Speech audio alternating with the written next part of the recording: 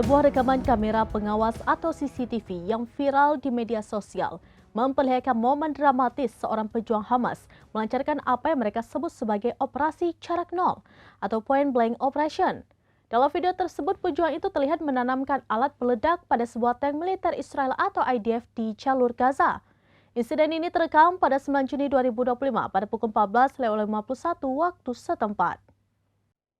Sebuah rekaman kamera pengawas CCTV yang viral di media sosial memperlihatkan momen dramatis seorang pejuang Hamas melancarkan apa yang mereka sebut sebagai operasi jarak nol atau point blank operation. Dalam video tersebut, pejuang itu terlihat menanamkan alat peledak pada sebuah tank militer Israel atau IDF di jalur Gaza. Insiden ini terekam pada 9 Juni 2025 pada pukul 14.51 waktu setempat. Video itu menampilkan lingkungan jalur Gaza yang dipenuhi reruntuhan gedung, sisa-sisa dari pembombardiran sebelumnya oleh Israel yang disebut atas perintah Perdana Menteri Benjamin Netanyahu.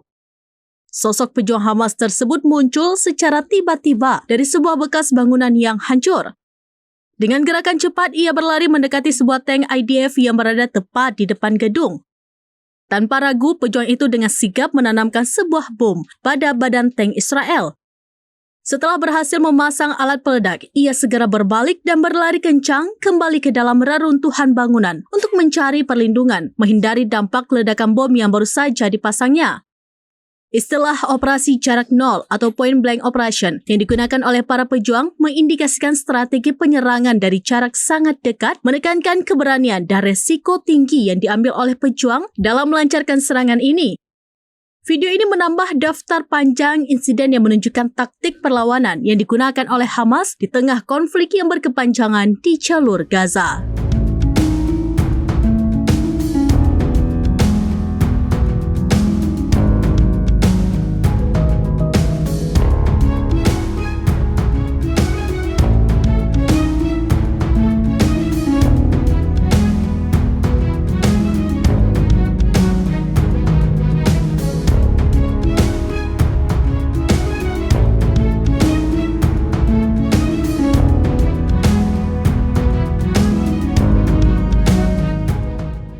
Demikian informasi terkini Syedar Alun. Saksikan terus beragam informasi lainnya. Jangan lupa like dan share seluruh akun serampinis.com.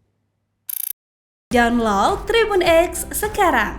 Menghadirkan lokal menjadi Indonesia.